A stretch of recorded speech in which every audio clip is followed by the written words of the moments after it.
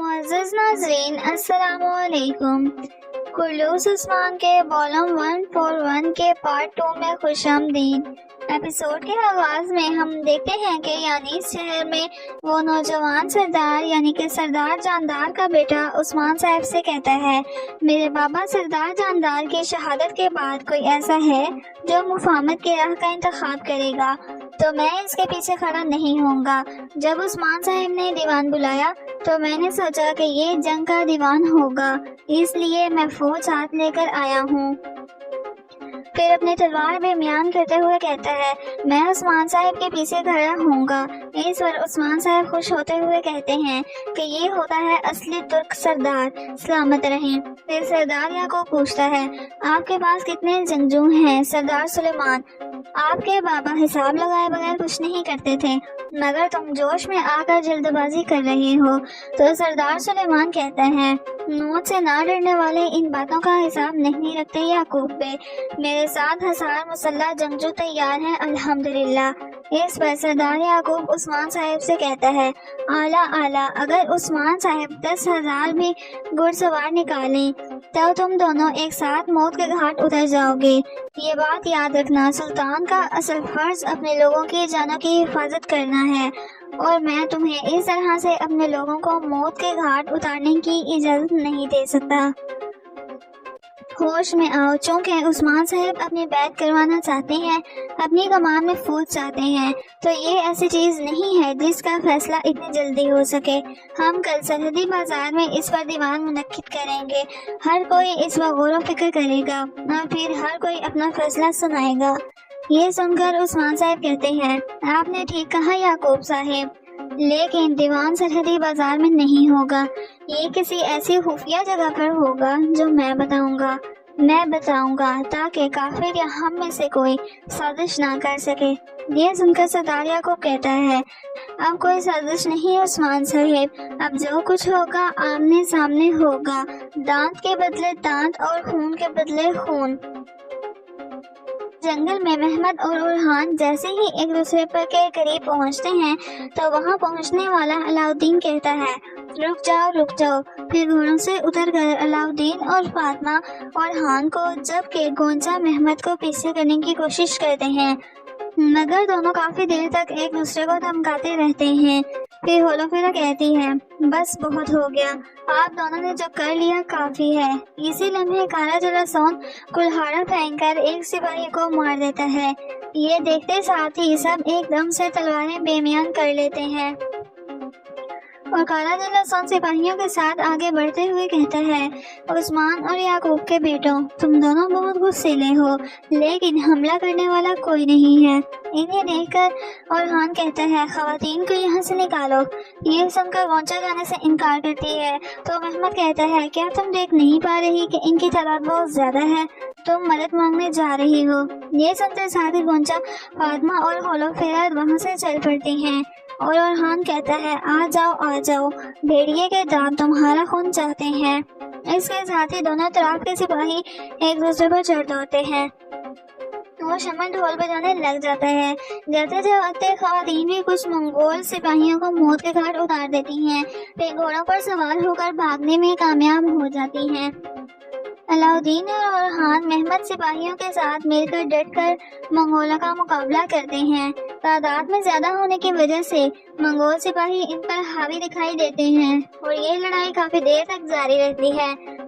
ناظرین، اس کے بعد ہم سرحدی بازار میں دیکھتے ہیں کہ سرحدی بازار میں اسما روتے ہوئے ملعون خاتون سے کہتی ہے، ملعون خاتون، یہ واضح ہے کہ ارحان سردار کی رضامندی اس میں شامل نہیں ہے، اس سے پہلے کہ لوگوں کے زمانے ہمیں تکلیف پہنچائیں۔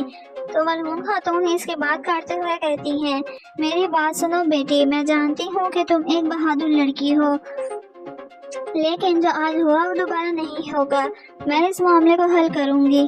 تو وہاں پہنچنے والی سعادت خاتون کہتی ہے، آپ کیا حل کریں گی ملعون خاتون؟ میرے بازار کی لڑکی کو اغوا کرنے کے پیچھے آپ کا مقصد کیا ہے؟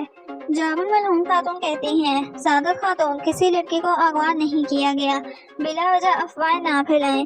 تو سعادت خاتون کہتی ہیں، یہ افواہیں نہیں ہیں، اس سے میرے خاندان کو تکلیف پہنچی ہے، جس لڑکی کو آپ کے بیٹے نے اغوا کیا ہے وہ میرے بیٹے سے شادی کرنے والی ہے۔ ملعون خاتون کہتی ہیں دعا کریں کہ آپ کا بیٹا غداری نہ کرے۔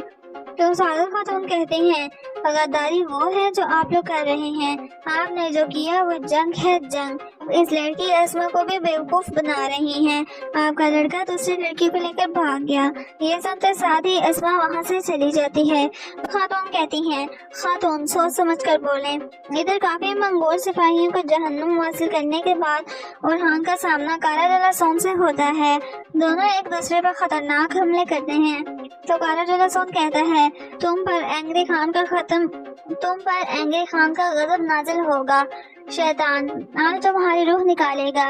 یہ کہہ کر وہ اورہان کا بازو زخمی کر دیتا ہے تو اورہان وہ خیال یاد کرتا ہے جب مشق کے دوران عثمان صاحب نے اسے ایک گڑ سکھایا تھا اور وہ اسی کو استعمال کرتے ہوئے کارا جلاسون کو گرا دیتا ہے۔ پھر کہتا ہے جب میں تمہارا سر اتاروں گا تو تمہارا کھیل ختم ہو جائے گا، مگر اسی لمحے ایک تیر آ کر اورہان کی تلوار سے ٹکرا جاتا ہے اور دیکھتے ہی دیکھتے منگولوں کا ایک اور دستہ اندھا دھند تیر برساتا ہوا میدان جنگ میں کود پڑتا ہے۔ یہ دیکھ کر محمد کہتا ہے ہم زحمت نہیں کر سکتے، آئیں پیچھے ہٹ جاتے ہیں۔ یہ کہتے ساتھ اور سنتے ساتھ وہ سب پیچھے ہٹ جاتے ہیں اور تیزی سے بھاگتے ہیں۔ کارا جلاسون بھی ان کا تعاقب کرتا ہے۔ ادھر فاطمہ ہولو پھیرا اور گونچا سرحدی بازار میں پہنچتی ہیں اور گھوڑوں سے اترنے کے بعد فاطمہ ملعون خاتون سے کہتی ہے امی جان منگولوں نے ہم پر حملہ کیا، میرے بھائی اور محمد صاحب منگولوں کا مقابلہ کر رہے ہیں۔ پھر گونچا سعادت خاتون سے کہتی ہے اماں وہ کافی تعداد میں ہیں۔ یہ سنتے ساتھ ہی ملعون خاتون اور سعادت خاتون اپنے اپنے سپاہیوں کو وہاں سے روانہ کر دیتی ہیں، جبکہ خود ملعون خاتون یعنی شہر کی طرف نکل جاتی ہیں۔ ادھر یعنی شہر کی حویلی میں بران عثمان صاحب کے ساتھ آگے بڑھتے ہوئے کہتا ہے سلیمان صاحب اس جگہ پر چلے گئے ہیں جہاں آپ نے کہا تھا میرے حضور۔ پھر بندر کہتا ہے حضور وہ کہتا ہے کہ وہ آپ کے پیچھے ہے، مگر ہم کیا اس پر بھروسہ کریں گے؟ اس پر عثمان صاحب کہتے ہیں اس نے مشکل وقت میں ہمارا آ کر ساتھ دیا ہے، اب ہم اس پر بھروسہ کریں گے۔ پھر عثمان صاحب پوچھتے ہیں مجھے بتاؤ کہ کونیا میں ہمارے جاسوسوں کی طرف سے کوئی خبر ہے؟ قرآن کہتا ہے غروب آفتاب سے پہلے خبر آ جائے گی حضور۔ کہتا ہے ہم نے سرحدی بازار میں ایک جاسوس چھوڑا ہے جناب، ہمیں جلد پتہ چل جائے گا کہ فیصل کیسے فرار ہوا انشاءاللہ۔ اس پر عثمان صاحب کہتے ہیں سپاہیوں سے کہیں کہ تیار رہیں، ہمیں سلمان صاحب پوری تیاری کے ساتھ آئیں گے انشاءاللہ۔ ہم سپاہیوں کی حوصلہ افزائی کریں گے تاکہ ہم سرداران کو دکھا سکیں اور فوج تیار کر سکیں۔ اسی لمحے زیر کوتائے کا بیٹا غازی بھاگتا بھاگتا وہاں آتا ہے اور کہتا ہے عثمان صاحب میں بھی فوج میں شامل ہونا چاہتا ہوں، آپ کسی کو بھی میرے بغیر جنگ میں جانے نہ دیں۔ یہ سن کر عثمان صاحب خوش ہوتے ہوئے کہتے ہیں اسے تو دیکھو، جبکہ زیر کوتائی اسے اٹھا لیتا ہے۔ عثمان صاحب کہتے ہیں چھوڑو اسے جیل کوتائی۔ غازی سے کہتے ہیں گھڑ سواری مشکل ہے، کیا تم نے اپنی تربیت مکمل کر لی ہے؟ جابر غازی لکڑی کی اپنی 2 تلواریں بیمیان کرتے ہوئے کہتا ہے عثمان صاحب میرا امتحان لیں۔ اس کی باتیں سن کر زیر کوتائی منہ پر ہاتھ رکھ لیتا ہے۔ عثمان صاحب سپاہیوں سے کہتے ہیں سپاہیوں ہر کوئی اپنے فرض بجائے، میں اور غازی تربیت کریں گے۔ یہ سنتے ساتھ ہی سب چلے جاتے ہیں اور عثمان صاحب غازی سے ایک تلوار لے لیتا ہے، پھر وہ دونوں مشق کرنے لگ جاتے ہیں۔ ادھر اورہان سپاہیوں کے ساتھ ایک مقام پر پہنچتا ہے اور تلوار زمین میں گاڑتے ہوئے کہتا ہے اگر تیر انداز نہ آتے تو اس کا سر کاٹ دیتا۔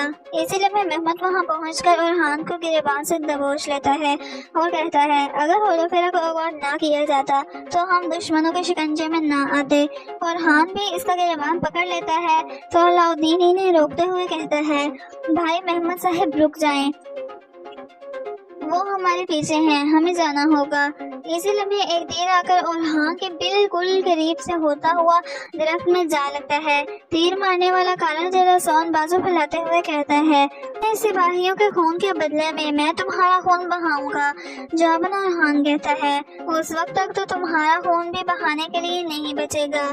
یہ کہتے ساتھ ہی وہ سب ایک بار پھر بھاگ پڑتے ہیں۔ اسی لمحے ایک منگول سپاہی تبریز سے آنے والا خط کارا جلاسون کو دیتا ہے۔ خط پڑھتے ہی خط پڑھنے کے ساتھ ہی قرۃ الحصن بہت خوش ہو جاتا ہے اور کہتا ہے اس مبارک خبر پر میں ان کا قتل نہیں کروں گا۔ وہ خبر آ گئی جس کا مجھے انتظار تھا، یہ کا وارث بن گیا ہوں۔ پھولو مرجان اسی خوشی میں ڈھول بجاؤ، اس کے ساتھ ہی سب جھومنے لگ جاتے ہیں۔ ادھر بھاگتے بھاگتے اورحان کا سامنا یونس ایمبر سے ہوتا ہے۔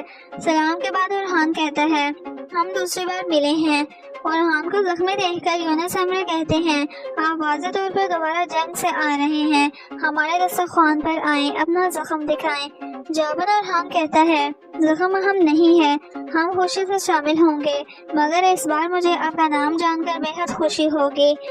اس پر یونس ایمبر کہتے ہیں پہلے آؤ زخم دکھاؤ۔ یہ سنتا ساتھی اورحان اور علاؤدین ان کے ساتھ بیٹھ جاتے ہیں اور یونس ایمبر یا شافی کا بیت کرتے ہوئے اس کا زخم داغ دیتے ہیں، پھر کہتے ہیں تم جنگ کر کے آ رہے ہو، ایسا لگتا ہے کہ تمہارے اندر بھی ایک جنگ چل رہی ہے۔ تو اورحان کہتا ہے ایک طرف میری ماں ہے اور دوسری طرف میری محبت ہے۔ تو اورحان کہتا ہے ایک طرف میری محبت ہے اور دوسری طرف میری ماں، ان کی مرضی کے بغیر میں کچھ نہیں کر سکتا فندی۔ یہ سن کر یونس ایمبر کہتے ہیں اویس کی طرح۔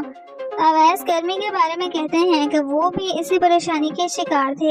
اویس وہ شخص ہیں جو ہمارے رسول صلی اللہ علیہ وآلہ وسلم سے بہت محبت کرتے تھے۔ وہ آپ صلی اللہ علیہ وآلہ وسلم کو اپنی زندگی میں کم از کم ایک بار دیکھنے کی خواہش رکھتے تھے۔ وہ مدینہ جانا چاہتے تھے لیکن ان کی ماں بوڑھی ہو چکی تھی، ان کا اویس کے علاوہ کوئی نہیں تھا۔ انہوں نے اس کے لیے ایک شرط رکھی، انہوں نے ان سے کہا کہ جاؤ مگر جلدی واپس آ جانا، رسول اللہ صلی اللہ علیہ وآلہ وسلم کے گھر کے علاوہ کہیں نہ جانا۔ اویس نے اپنی ماں سے وعدہ کیا کہ میں جلدی آ جاؤں گا۔ وہ مدینہ کے لیے روانہ ہو گئے، پھر رسول اللہ صلی اللہ علیہ وآلہ وسلم کے گھر پہنچے لیکن رسول اللہ صلی اللہ علیہ وآلہ وسلم گھر پر نہیں تھے۔ اویس بہت اداس ہو گئے چونکہ انہوں نے اپنی ماں سے وعدہ کیا تھا، تو انہوں نے مسئلہ حضرت عائشہ رضی اللہ تعالیٰ عنہ کو بتایا۔ انہوں نے ہمارے نبی صلی اللہ علیہ وآلہ وسلم کو سلام بھیجا اور پھر روانہ ہو گئے۔ وہ یمن پہنچے اور سارا واقعہ جب اپنی والدہ کو سنایا تو ان کی ماں نے ان کے لیے دعا کی آپ اس دنیا میں ہمارے نبی کو